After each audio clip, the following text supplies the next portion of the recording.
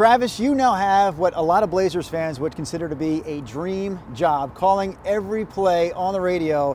How great is this gig?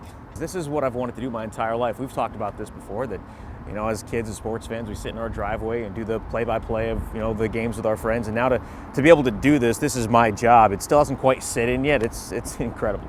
Is there a bad part to this gig, and what isn't? Probably the hardest thing about it is the road trips with my family at home. I've got a little boy who's almost a year and a half. Before every game, we'll FaceTime, and I'll get to see him, and he'll get excited, and his face will light up and say, "Dad, Dad," but it's not the same as seeing him, and that's the toughest thing. Let's go back a few years, because if I'm right, you actually moved from the East Coast to the West Coast, not for some dream play-by-play job, but for some job on the coast. Yeah, I was doing high school football. This was back in 2003. Sight unseen, I'd never been to Oregon, and I took a job on the coast doing high school football games once a week for Astoria, Seaside, Warrenton, Ilwaco, places like that. That's what I moved out here for about 16 years ago. So now, 16 years later, you have what could be described as the best broadcasting job in Portland, and you're really following in the footsteps of a couple of greats. Let's start with the legend.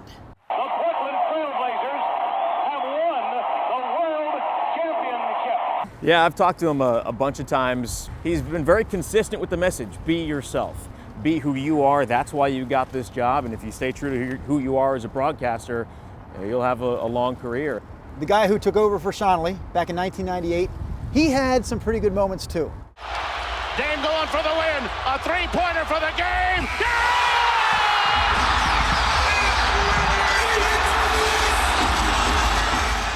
Wheels was who he was, and he was amazing at what he did.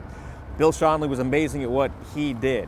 A lot of people have asked me what my catchphrase is going to be, because Wheels had Boom Shakalaka and Sean's had Rip City, and that's something that I talked about with Wheels too. And he said, look, it'll come with time. Just do your thing, make it your own, and at the same time following this incredible tradition of 50 years of broadcasting here. I'm really going to put you on the spot now. I'm going to ask you to imagine it's playoff time again.